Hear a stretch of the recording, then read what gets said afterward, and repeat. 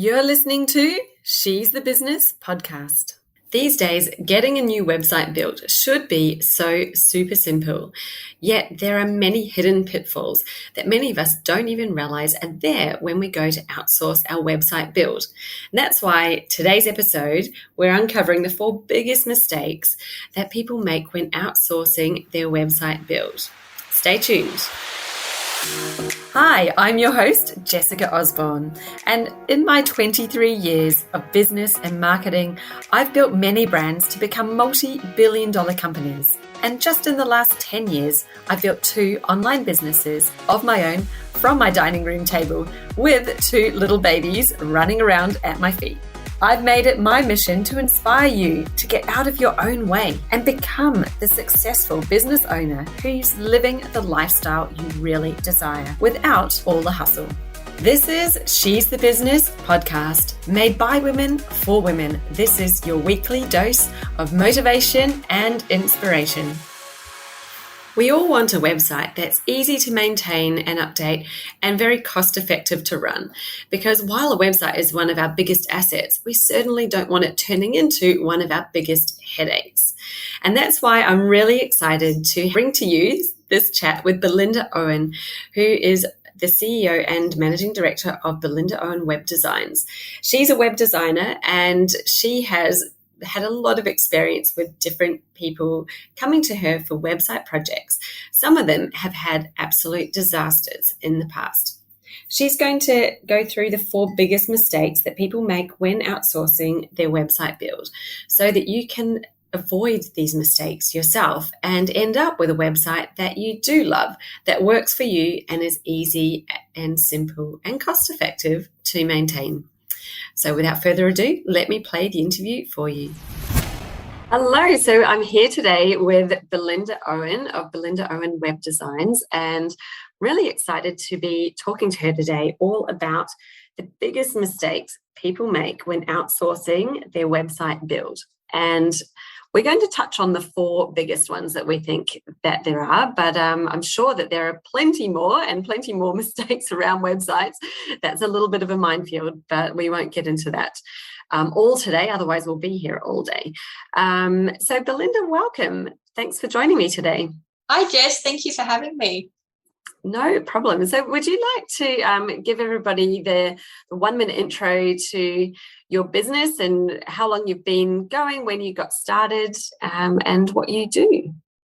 Yeah. Hi, I'm Belinda Owen and I am the Managing Director and owner of Belinda Owen Web Designs. So I build WordPress web designs for service-based business owners who are looking to build their online presence with an easy-to-navigate website that is easy for both their customer and for themselves to manage their website, because there can be a bit of a gap between that. So my aim is to take the scary out of WordPress and empower business owners to not only love their website but have ultimate control. I've been in business for about 6 years now doing website design. Started out firstly as a shop owner myself. I started with an e-commerce store when my son was about 6 months old. I did the work from home mum thing and started with a baby boutique business and decided I liked the design and management of websites and the building of the business more than the running of the business. So I sort of veered to virtual assistant and then niched further down into website design.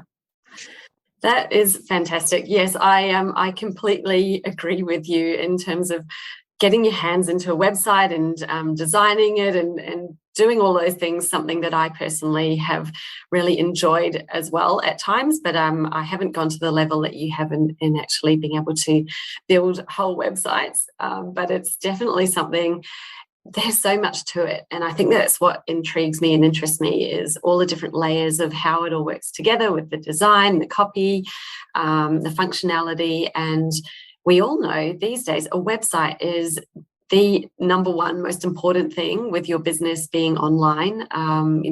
Every business needs a good website, and it's not just about having one. It's not an online brochure anymore. It's kind of like your 24/7 salesperson. So There's a big difference between a good website and a great website, and one that helps, your prospects find you, connect with you, and, take that next step to getting in touch.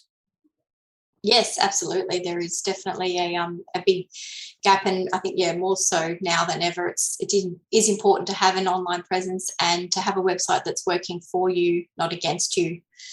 And there's so much that goes into it, and I think that's at times it can feel a little bit scary when people come into business and maybe haven't had any experience with anything online or marketing. There is a lot to learn, but I think it's one of those things, and I say to my clients all the time, one step at a time. You're not going to learn it all in a day or a week or even a year. You're going to keep on learning and evolving, and the technology keeps changing as well. So Yes. no one's ever going to know it all. Like, it's completely okay to just take it at the steps that you can and to learn as you go. But the good thing is that it's actually not all that complicated. A lot of things seem complicated to begin with, but it's just about taking a little bit of time and understanding it. And you can learn it. And like you said, we can take the scary out of it all, can't we? We can, yes, definitely. By, as you said, breaking it down and taking it one step at a time. As you said, it can be overwhelming if we try and put all the eggs in the basket and try and work it out from there. But yes, if you take one step at a time and just break it down a little bit and find that there is an easier way to do something as well that makes it a little bit easier for you. There's so many different platforms out there, so many different ways of doing things now, that there is something that meets your needs or the way that you work, because we all work differently, and what works for one person or one person's business might not work for you, but there is another way that you can still achieve that same outcome with a slightly different path. Yes, that is so key. And I think that, today's episode, where we're going to talk in a moment about the 4 most common or the biggest mistakes that we see people making, it's really about, the cost of these mistakes. It can be really costly. And I think a lot of it is just pure lack of knowledge about what websites are, how they work, and really what you need and what you're looking for in a website. So I think that if you're somebody who hasn't got a lot of website experience yourself, this episode will be really, really useful, because we're going to just give you that education on what it is that you should be thinking about and what you need to know before you're kicking off that website project, just so that you have a better chance of success and less chance of costly mistakes that you're going to end up, having to redo or rehire somebody else to fix down the track. Yes, definitely. All right. So are we ready to start off with mistake number 1? I'll hand over to you, Belinda. Let's go through what the number 1 mistake is. Okay. So number 1 mistake, I would think, is deciding whether to look for a web designer or web developer. So I see a lot of questions being asked in Facebook groups saying, I need a website developer to build me a website. And when you drill down into what they need, they actually need a web designer, or they would be better off with a web designer rather than a web developer.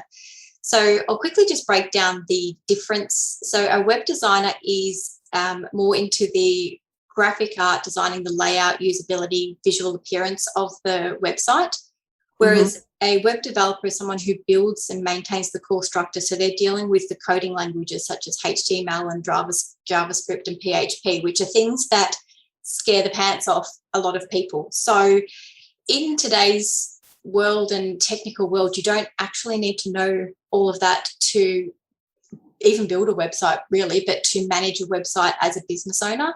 So those sort of things tend to scare people, especially when they're thinking about WordPress, because they're the things that are associated with WordPress a lot, and they're the things that you don't actually have to worry about as a business owner. So yes, most of the time, as a small business or a startup business even, they probably just need a web designer, because a web designer will build them a website that has got the correct coding in it, but the coding's being put in there through what's called a page builder. And that page builder means that the site is editable by the person who manages the website, if they've got the training from their web designer to be able to edit it. So where people have got a website where they can't even update their phone number or their web address or change their picture because they got new photos done.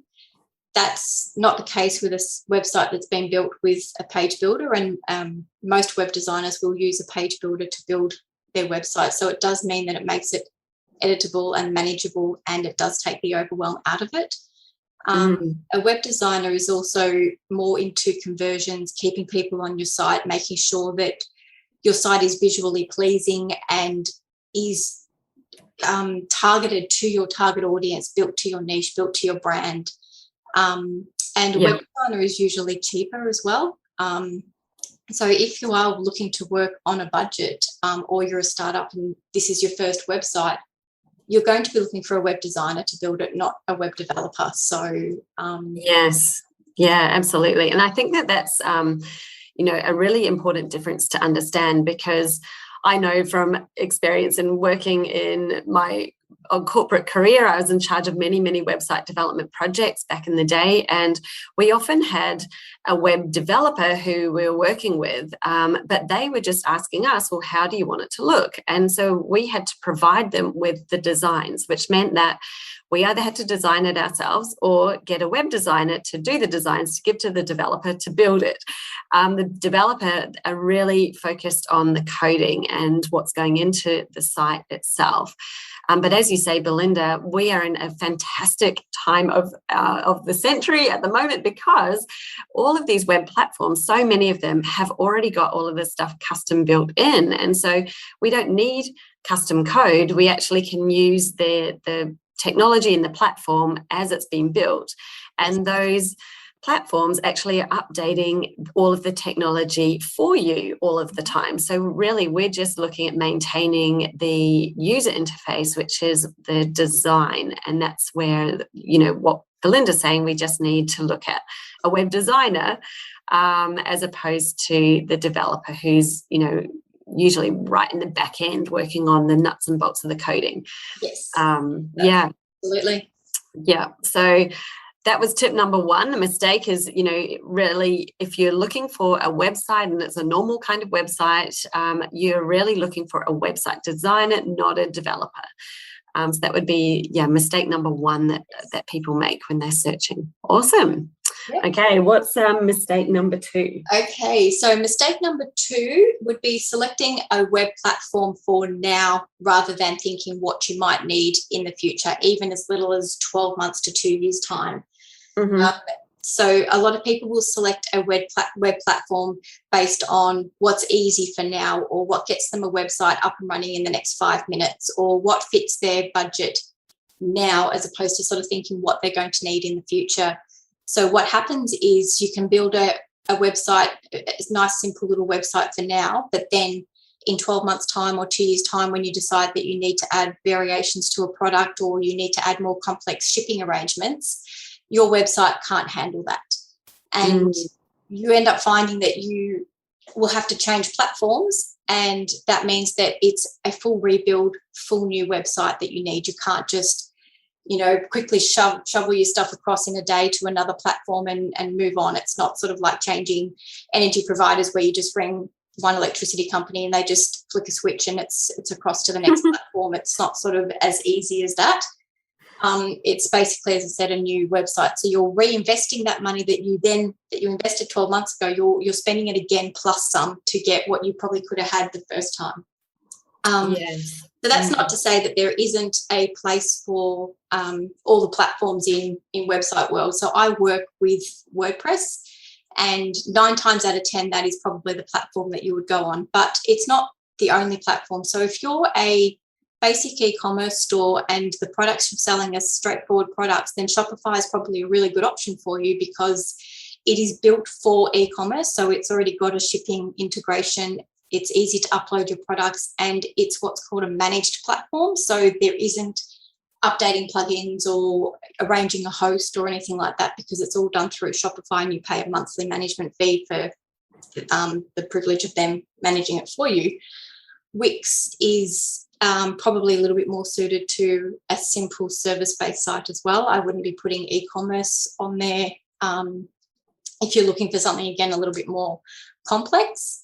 I think that there's a lot of people who find that they outgrow Wix in time. But again, I've seen absolutely stunning websites built on Wix that are highly converting.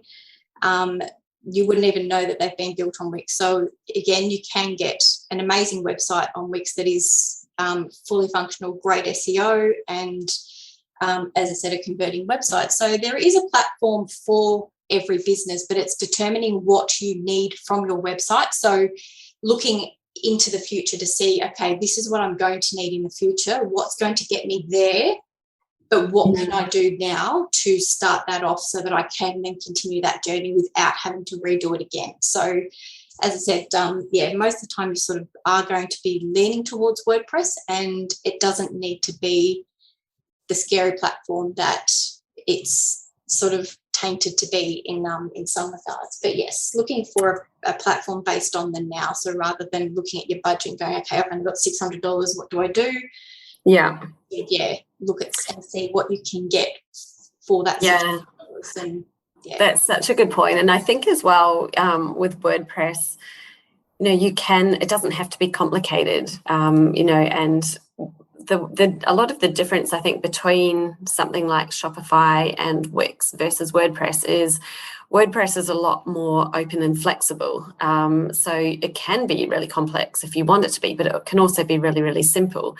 And a lot of what I discovered when I had my WordPress site was it's all about the page builder that you choose. That can make your life really simple and easy, or it can make it much more difficult. So there's a few things to understand with it, and it's good to ask the questions. But when you're looking at what do you expect your business to be in a year's time or in 5 years' time, that is what you're saying here is, look ahead so that you're not just investing money now to get something up and running that you're then going to have to replace and change because it's not doing what you need it to do in the future. I think, of course, we don't have a crystal ball, but if your vision for your business is to have a business that's really growing and expanding, and you've got big ideas and big plans, then you're going to want a platform that's going to be able to support whatever that vision turns into, versus maybe you just are thinking, well, this is a website for something that is more of a hobby. It's a side hustle, and it's going to stay a side hustle. I just need it to be a presence online. Then a simpler platform like Wix, for example, may be all that you need. But yes, it can be such a big it's a big decision, and it's one to think about a little bit as well, and not to get swayed too much, especially not to get turned off WordPress by the thought that it might be too complicated, because you can start out with one page if you want, right? Absolutely, yeah, and it's not a complex structure at all. I've just got a new customer who's come on. His website was basically broken, so the theme was removed from the site because it was abandoned by the developers. So he built his site 9 years ago, and his site wasn't working, and it turns out, that the theme is abandoned by the developers. So the latest WordPress update actually broke his site. We're converting his site. I'm putting it across onto Divi, and it is sort of a little bit more of a hobby for him. It's just in an apartment that he rents out in Italy, and he doesn't want to spend a lot on it or invest a lot on it, which is perfectly fine, but he doesn't need to. He just needs such a simple website that provides a gallery of his apartment, a point of contact to him to book the apartment, and a calendar for availability and the rates. So it's actually quite a simple website that we're building, and we're putting it on WordPress. And it's going to be such a basic website. It's not going to be full of plugins. It's not going to be complicated, and it's actually going to be easier for him to edit than his old website was. So, and it's going to be costing him about $200 a year in hosting, and that's it. And that's probably one of the other things that as you were speaking, that I know that when I first started out in business and with my e-commerce store, I actually went on a platform called Neato, and that's a fully managed platform, but I was paying $600 a year to have my website up and running. And yes, I wasn't, updating plugins or anything like that, but $600 a year for a startup business is a huge chunk out of your profits. And I realized that when I've come across to working in WordPress, I could have made it a third of that cost. I could have been paying $100 or $200 a year for my website instead of $600 a year. when I thought that I was doing something that was easier. I could have had a simple website because I could have had a WooCommerce site, and it still would have, as I said, I wouldn't have cost me any extra because I would have been paying for the hosting, and I could have built my website using free plugins. So the perception that you have of WordPress, or even if you don't know that it exists, and you sort of see all these other platforms being advertised. And yes, I wasn't part of business groups when I first started, so there was just nowhere to ask questions, and I just learned it all from scratch from Googling and made a lot of mistakes. And yes, that business, I didn't have a email sign up or marketing funnel on that site. So my business got a write-up in Babyology, which is a huge, huge organization. If you can get your baby business written up in an editorial in Babyology, which it did, and the traffic just came through and it was huge. But I didn't have anywhere to collect email addresses or to retarget people later on after that. So once the traffic had hit my site and people had purchased, the only people I could retarget were the ones who had purchased. So everyone who didn't or was going to come back later and never did, I couldn't actually retarget them because my website wasn't set up to do that. So there's just so many little mistakes that you make when you are starting out that you don't have to make. But again, it's all a learning curve. You can't know it all until you know it. And that's just something that I sort of thought about as you were talking of, picking a platform and thinking about the future as well, not just the now. Yes. Yeah, absolutely. And, I think it's, my advice to everyone is to simplify as well. Like, think about how can you make it more simple? There's so many different ways to get what you need. And I think that's probably bringing you into the next mistake that people make, actually. Yes, number 3 is overcomplicating what they need or what they want.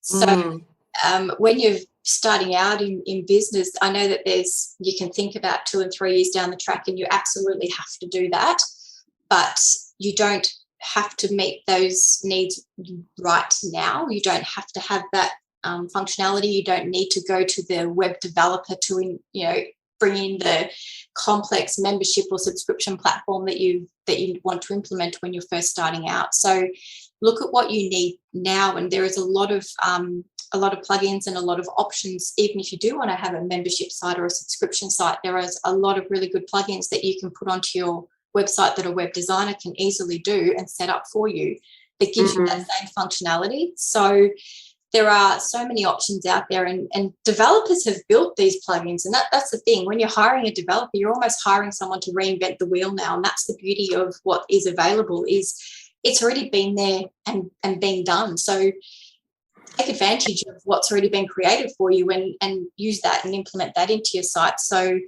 I guess the thing is to map out what you want your website to do, the process you want someone to take, and then have a look at how you can achieve that in the simplest way possible. It makes it easier for you to manage your website. It makes it easier for you to streamline your processes, but it will also save you a lot of money too, probably, because you're not putting something into your website that you don't need right this very second.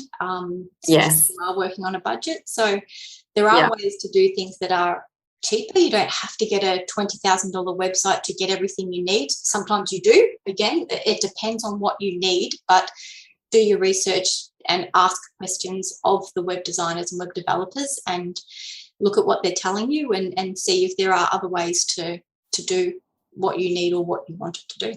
Yeah, exactly. I think if you can ever avoid custom development, that would be a very, very wise thing to avoid. I used to work for the Royal Bank of Scotland back in the days, and I lived in London, and I've managed about 50 odd websites in my team.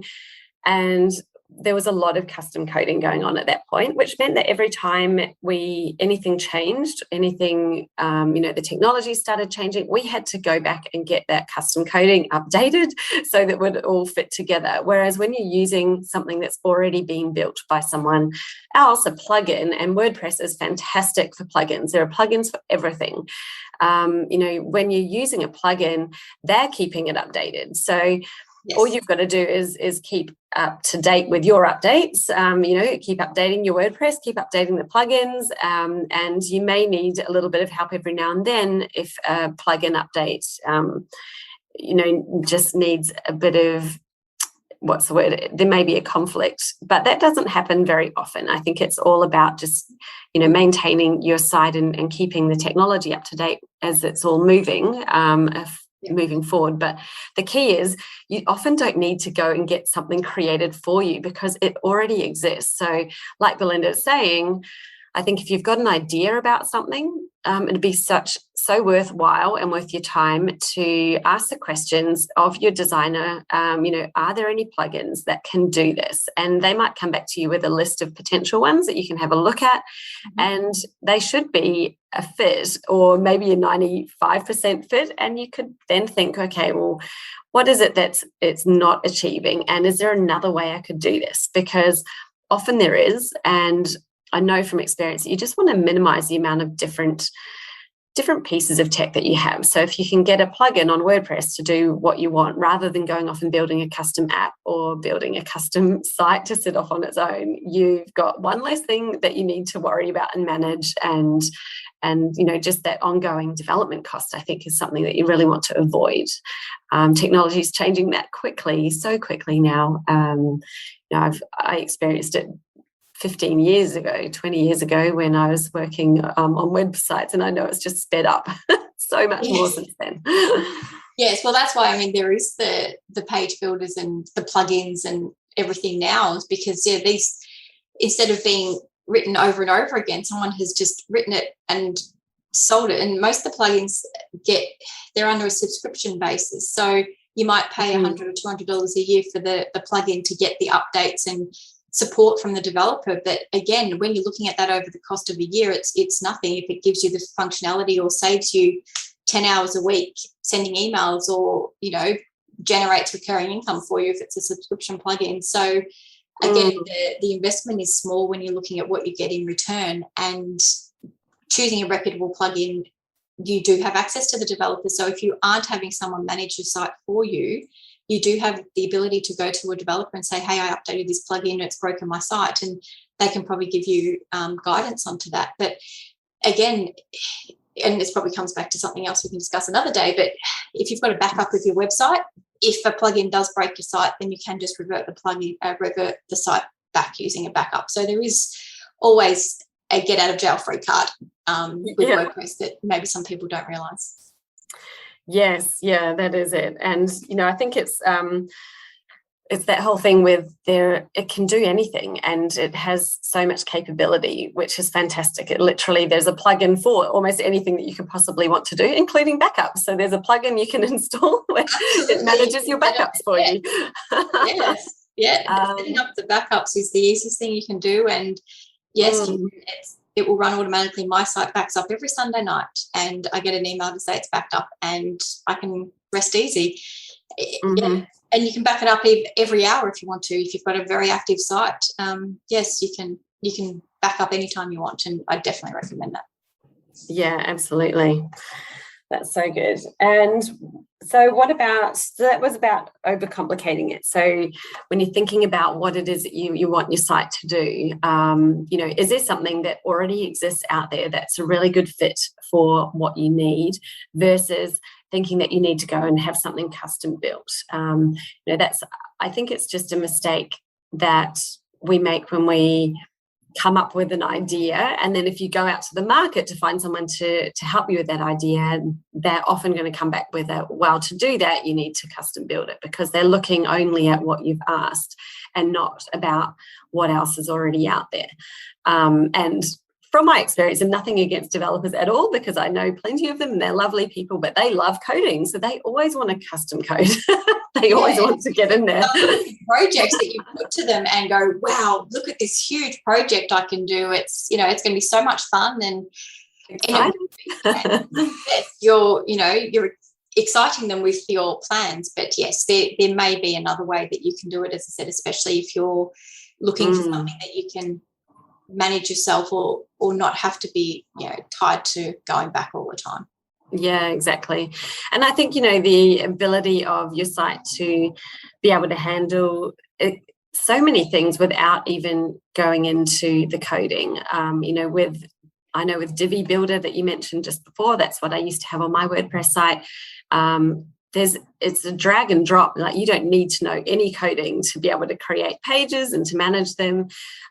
There's very little that you wouldn't be able to do. And it's the same, I think, on quite a lot of platforms these days. So I think the great thing is, taking this scariness out of, creating a site and building it and managing it.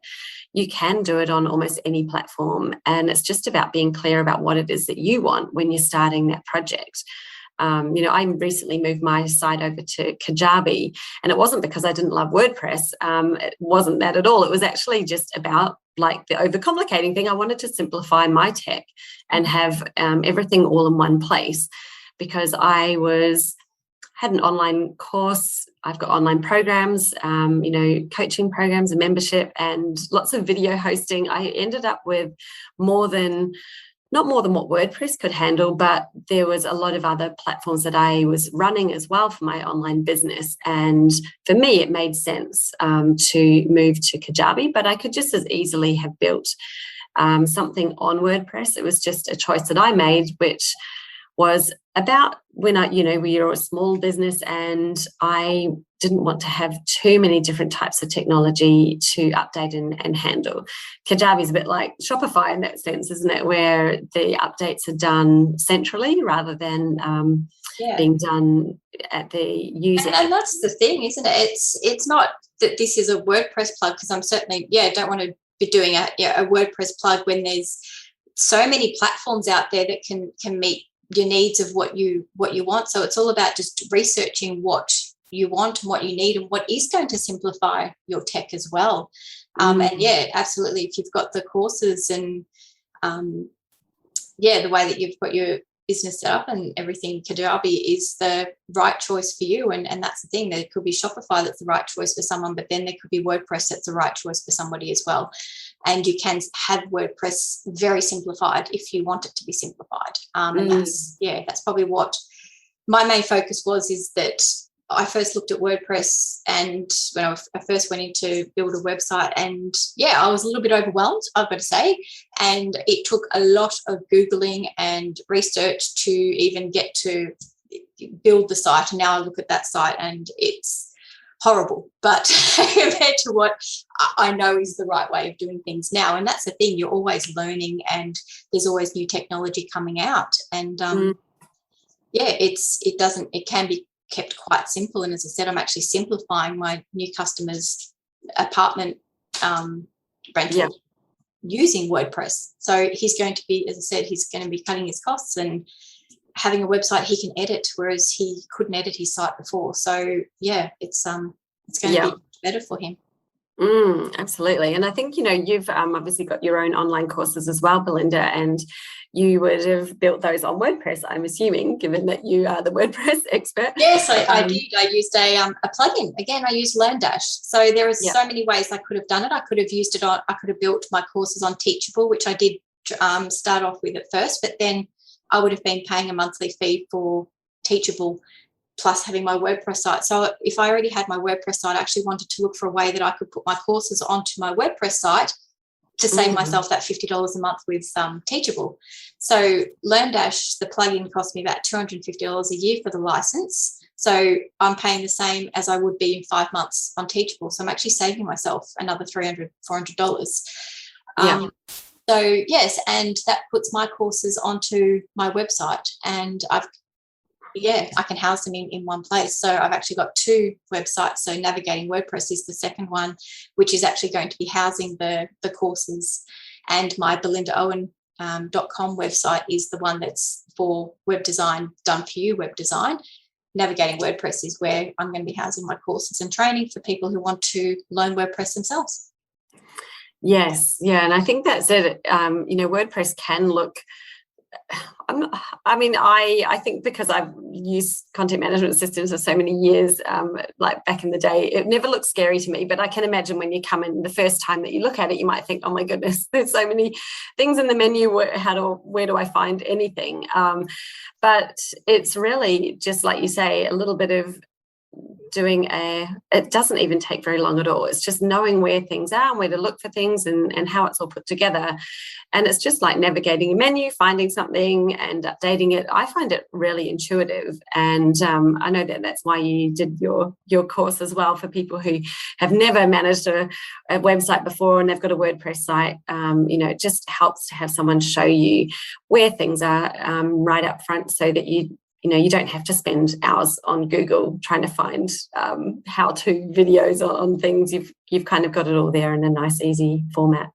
Yes, that's it. And that will be launching hopefully towards the end of the year, probably more likely the start of next year. I had a delay with it this year wasn't a great year. So as many business owners have found, I guess trying to work through self-management or mental health rather than so just keeping the business going, but pegging back a few things just to get through the year. So I've now found myself with a bit of a rejuvenated feel, so I'm going to make sure that it is done, hopefully launching at the start of next year, ready to kick 2022, ready to kick some goals for 2022. So 2021 was a bit of treading water, so just to get through it. And I'm sure a lot of people can relate to that as well. I know that a lot of people I've spoken to have just really tried to just get through the year. So I am one of those. I can empathise with you all. I know exactly how you're feeling with that, but we have to soldier on.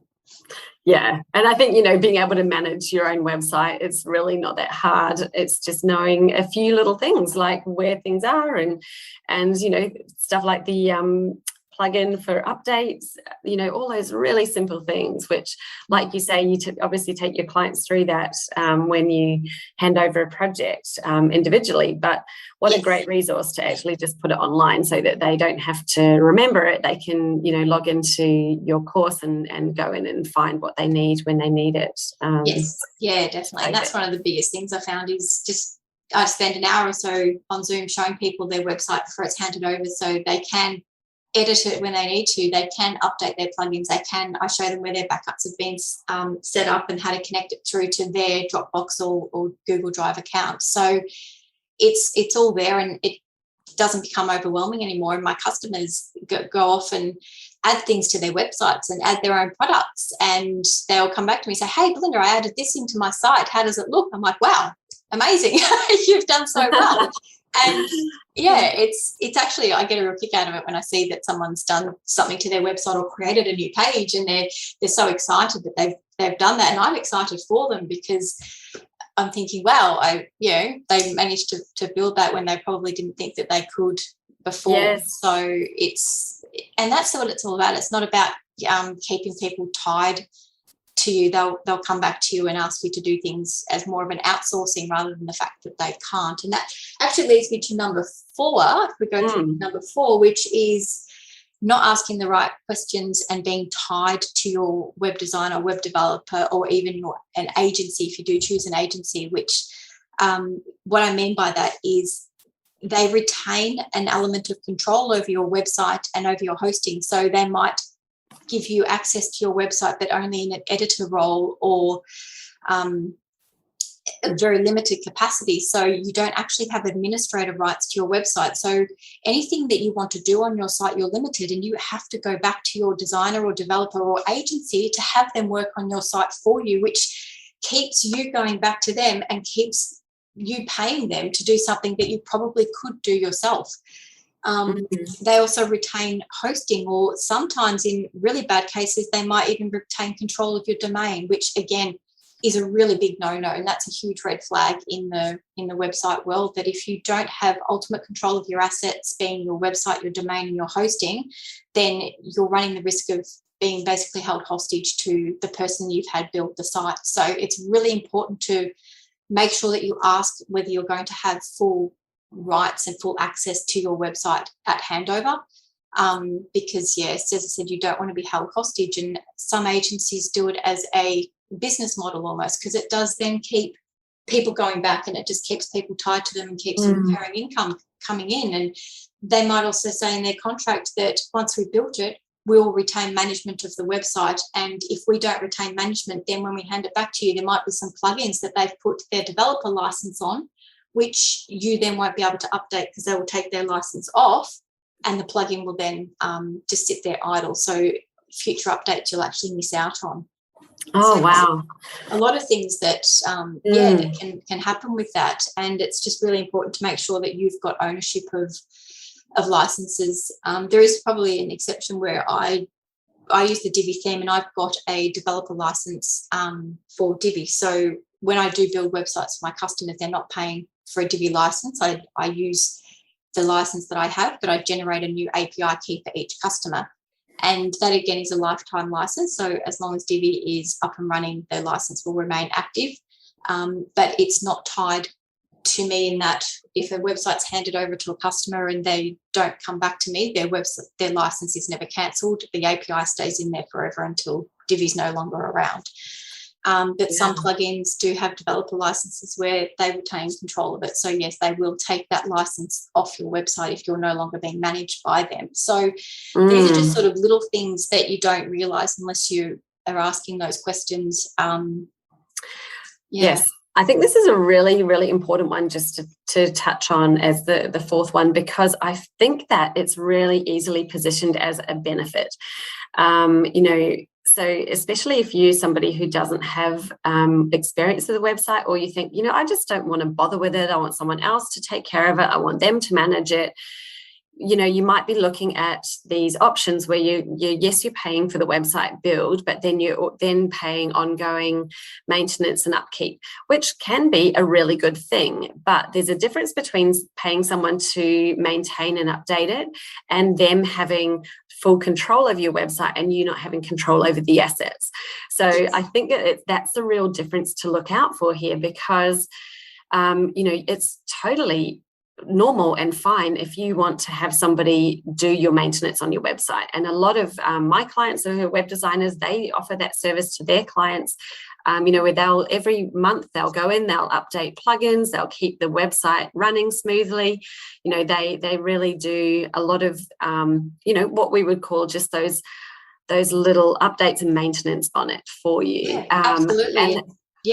I offer that service as well, and I have clients who stay on and have me manage their website, even though they know how to. They're outsourcing it to me because they just don't want to, or they don't have the time to do it. And that's the difference between choosing to have someone manage it and being forced to have someone manage it because you don't have control of it, or you don't have knowledge of your website. And I have a separate login, so I create a separate administrator account for their sites. They have full access, and my customers go in and edit their sites, update it, put things in there. They do what they want to them. But yes, I am there to make sure their plugins are updated or their site is secure, their sites are being backed up. I will back up their sites daily as opposed to them just being done monthly or weekly or whatever they've got it set up to. So there's actually a second point of restore for your website as well. Instead of just having one, you've actually got two. So but again, they're outsourcing it to me, or they might say to me, Belinda, can you update this image for me, or can you add this product into my website for me if they're on that type of management plan? And I'll go in and do it. And it's not because they can't, it's just because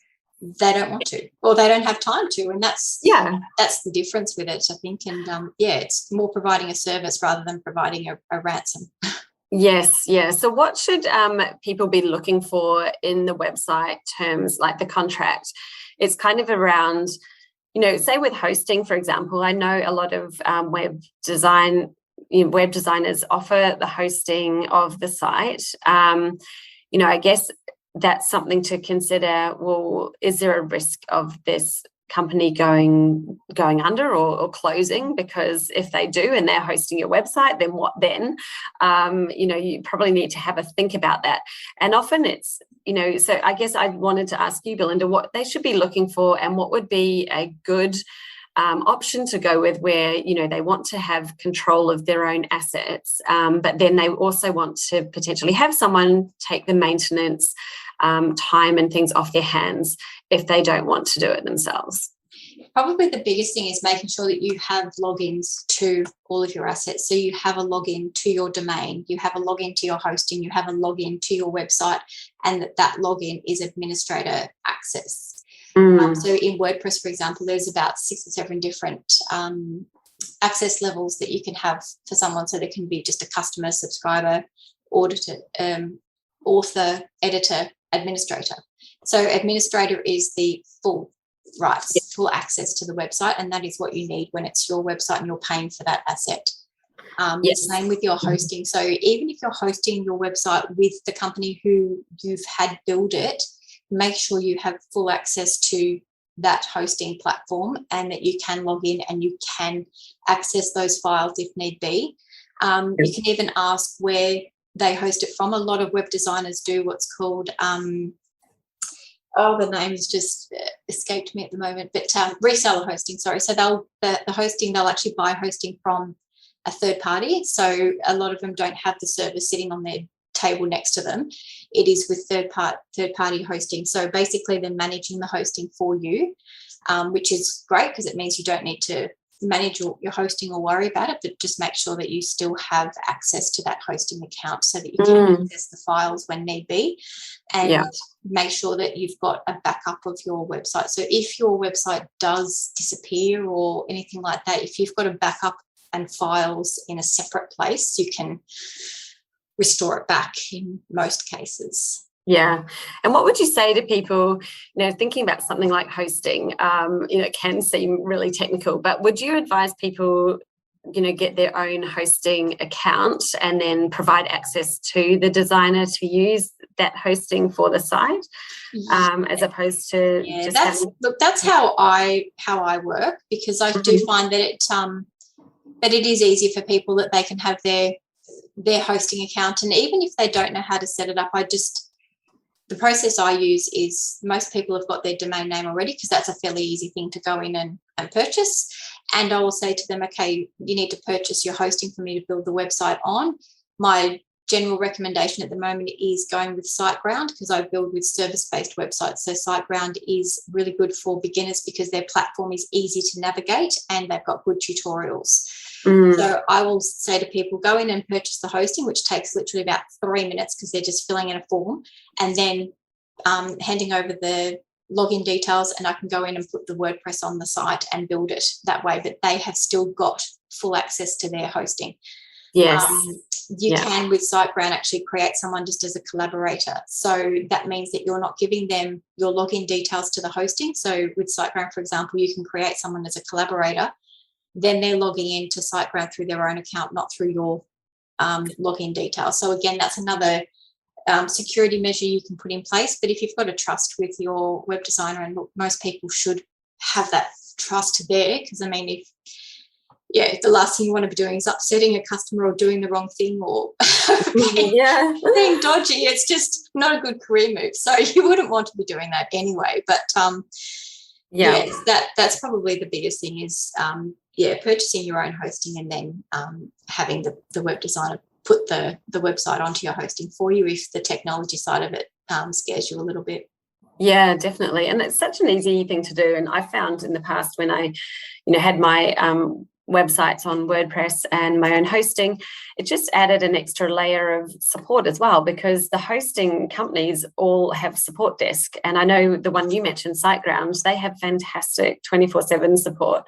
So, anything's happening with the website, or, like it's going down or it's getting hacked or you need a backup reinstated, often the support desk can do that all for you, which, I really love that as you've got access to all of that support, and they actually are hosting the site themselves on the server. So, for me, I think that's a really wise thing to do, but it's not the only way. There certainly can be benefits with hosting with your designer as well. It's just about understanding the difference. And I think your point, Belinda, is that you have control over it. So it's your asset. You've paid for it. You don't want someone else to be holding the keys to it. You need to be having the keys to your own website, so that if anything happens and you want to be able to move it, you could move hosting providers.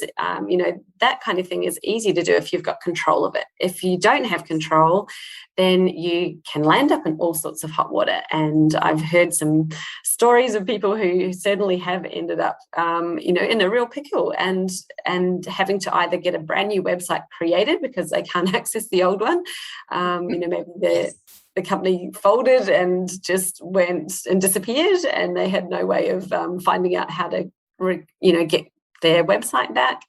there are lots of stories out there. So I think that the wise thing is just to make sure you have access, you've got admin control, and you're not tied to someone indefinitely. You actually can decide to bring on a different designer or developer if you need to or want to. Absolutely. I have customers come to me who I haven't built their site, but it's give me access to their website hosting and domain, and that means I can then manage it for them as well. So it gives another element for them, so then they don't need to manage it, but they know that they still can access it if need be. But again, I guess that's where it builds a trust that the person you're hiring is there to work for you as well. So they're there to help you, and that's probably the biggest thing, is just making sure that you are picking someone who is there to help you and there to work for you, and do the right thing by you, basically, because yes, you're not there to be held ransom for something that you own. Yeah. Basically. Yes, I think it all can just be so simple if you kind of know a bit about this all up front, and then you know the right questions to ask as well.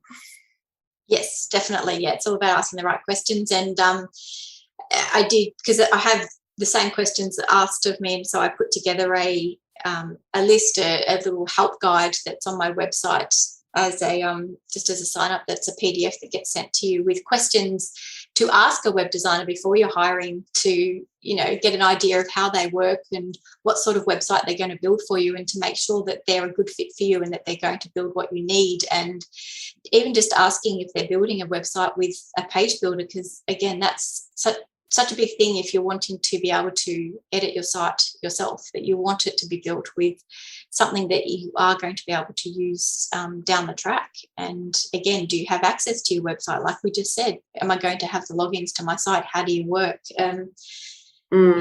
All those kind of things. So I popped that on. It's just on my website, belindaowen.com. If you want to grab that checklist, it's got the questions there to ask, but it's also got a little bit of a what to look for when you do get the answers back, instead of, I've got my answers, what do I do now? So it's a little bit of a, what to look for when you get your answers back, and don't be scared to ask questions. And I find also it's really easy to just book a quick chat with the person. So again, on my website, I've got an area where you can just book a quick 15-minute chat, and we can go through all those things in that 15 minutes and answer those questions, and you can see, whether we're a good fit, whether the website that's going to be built is going to meet your needs, the design's going to fit, and all that sort of thing. So just have a look, and don't be scared to sort of contact someone and find out if they're for you, and who they work with, what websites they specialize in, and go from there. And it helps just to alleviate some fears as well, because I know that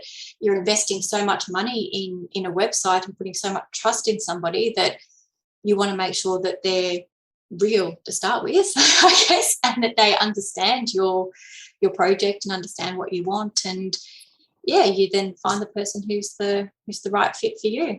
Yes, that just sounds so helpful. So it's a download on your website, and it's the questions that it is. To ask the web designer. Pops up after about 40 seconds or so, it'll pop up, but it's also across a top bar at the top as well. So as soon as you land on the homepage, you'll actually see it across the top. But if you're scrolling around, or if you go to exit the page, it'll actually pop up as well, just as a little trigger. So just enter your email address, and it will be sent to you within about a minute. And check your spam folder if you haven't got it, because sometimes the spam filters work overtime and send genuine things into the beyond. Oh, that's brilliant. I'll link it up in the show notes as well, so anyone who wants to get that that download with the questions to ask your web designer before you sign off on the contract, then yes, you'll find that in the show notes of this episode as well. And I think that's the thing, like, just to finish off with, websites, it can seem so simple. It's like, how hard can it really be just to get a few pages and some pictures and some text up on the web?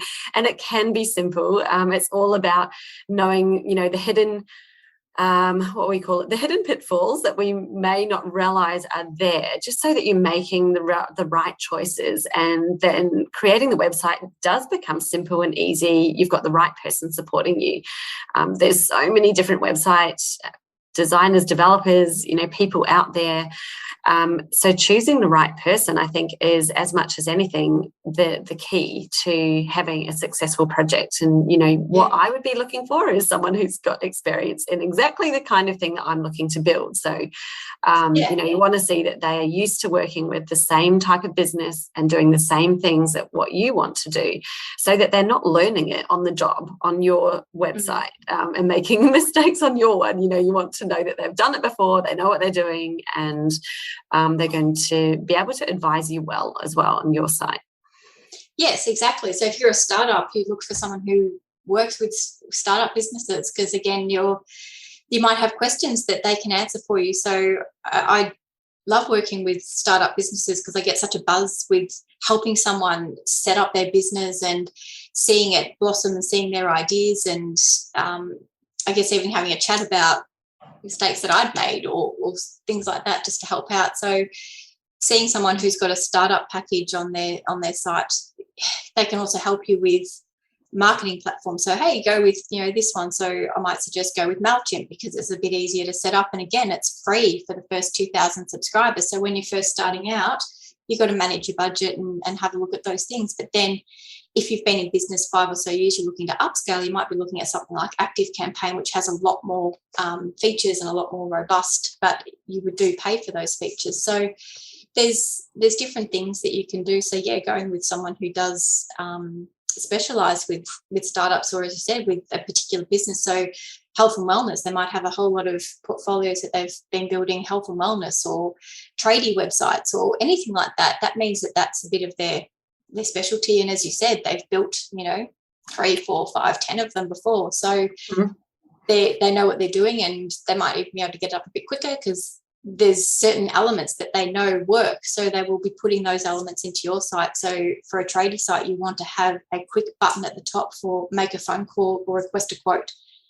Pretty simple things that you want to have on your website, and you've got to sort of put yourself back into a customer's shoes. If you're looking for a plumber, what do you want to do? You want to either get a quote or give them a call and see if they're available because you've got water pouring from your kitchen sink. So that's the first thing you want to do when you land on their site. You don't want to meet the team. You don't want to, see the other pretty bathrooms they've decorated. You want to be able to contact them straight away. So again, it just depends on the business, the website, and the purpose of the website. So is the purpose to request a quote? Is the purpose to generate a lead? Is the purpose to get a phone call? Is the purpose to sell a product? It's, again, depends on what the purpose of the site is to what you're building. So choose someone who, you can see has built those sites before.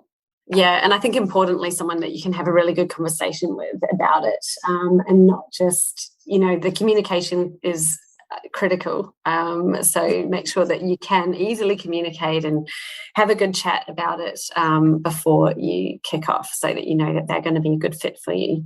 Yes, absolutely. Have a good chat. I love a good chat. As you can tell, I'm so sorry I'm taking up so much time. I think it's one of those ones we could probably talk forever about this. I love websites. There's so much to talk about. Well, thank you so much for your time today, Belinda. And as I said before, I'll link up all of these things in the show notes so that you can go in and find what we've been talking about. And Belinda Owen, she's on belindaowen.com, so you can also go and connect with her. And are you on, is it Facebook or Instagram? What's the best social platform? Yes, Facebook. I am on Facebook. I think my tag is Belinda Owen BA. I couldn't change it after I'd named it. But I also have a WordPress help group. So it's called the WordPress Cafe. And in there is for non-techie people to ask any question you want. It's not full of developers or designers who are going to judge you for your questions. It is solely run by me, myself, and I. There are a couple of other people in there who are web designers as well, who I work with and trust and have a great rapport with, who might jump in and help answer your question if I'm not available. But yes, it's for any questions that you've got on WordPress, or even just on business in general, or how to integrate something into WordPress. You might even be asking, how do I change my logo? And you might think, if I ask that in a group, they're going to think I'm completely nuts. But there is no question that is dumb or wrong or anything, because the fact is, if you knew the answer, you wouldn't be asking the question. So there is no dumb question. And at one point in time, I'm sure I've Googled it before. So how do I change my logo in Divi? I'm sure I've Googled it at some point. So starting out. So, yes, there is no dumb question at all. So, yes, if you want to jump into that, the link is also on my website as well. But, yes, it's called the WordPress Cafe. I'm pretty sure if you search the WordPress Cafe, it will pop up. Awesome. And that's a free Facebook group. Absolutely, yeah. Free Facebook group to ask a question if you need a question. And I will pop in there occasionally with hints and tips and, share a blog or anything like that. But, yes, it's there for people to ask a question if they've got a question they need to ask on their website. Amazing. Wow, that is great. Thank you so much. I'm glad that we snuck that last one in there with the Facebook group, because it sounds like such a great space for people to just be able to ask a simple question. Like, you don't need to go and hire someone or go scrolling YouTube for hours on end trying to find a simple answer. Yeah, there's lots of groups out there that a lot of them, and I found that the people who are asking a question that may seem easy to some people, they can get a little bit attacked or feel a little bit scared about asking, because some of the questions being asked in those groups are very technical. So they might be too scared to ask about how they, change their logo, or how they change their phone number, or whatever their question might be. So it's a non-threatening group where, as I said, there is no dumb question. That's great. Yeah, and it's so important, I think, as well, because I have definitely seen people get shamed for asking a simple question in some of the groups, and it's like, everyone starts somewhere. We're all a beginner at some point in our lives. There is no stupid question. No. If we don't know something, we simply don't know it. So right. I love that you've created a space where people can just ask those questions and not feel embarrassed about it, because it's often a simple answer. We just don't know what the answer is. There's always something I don't know how to knit. I'm sure it's so simple. I just can't do it. So, again, I can go into a knitting group and ask such a silly question, what needles do I need? And, yes, it's simple to some people. But, again, I don't do knitting. So, to me, it's foreign. And, to someone who's not, into WordPress or doesn't want to learn it, or hasn't had to learn it till now, it's something that you don't know until you've asked the question. And as you said, everyone has been a beginner in something at some point in time. We all had to learn to walk at some point in time. Like, we all didn't just grow up walking. So so true. Awesome. Okay, well, thank you, Belinda. Lovely to chat as always, and we'll talk to you soon. Thank you, Jess. Thank you so much. Have a great day. Bye. Thanks. Bye. So if you would like to improve the marketing of your business, then the first place we always start is with your ideal customer avatar. Now, my system for your ideal client is different to most. With my ultimate customer avatar worksheet, there are 35 questions to help you really deep dive into what your ideal client is currently thinking, feeling, and what their goals are, what they're doing in their buying behavior.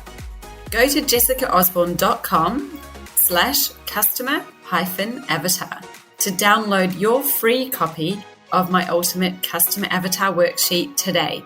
And let's get started on defining who that ideal client really is.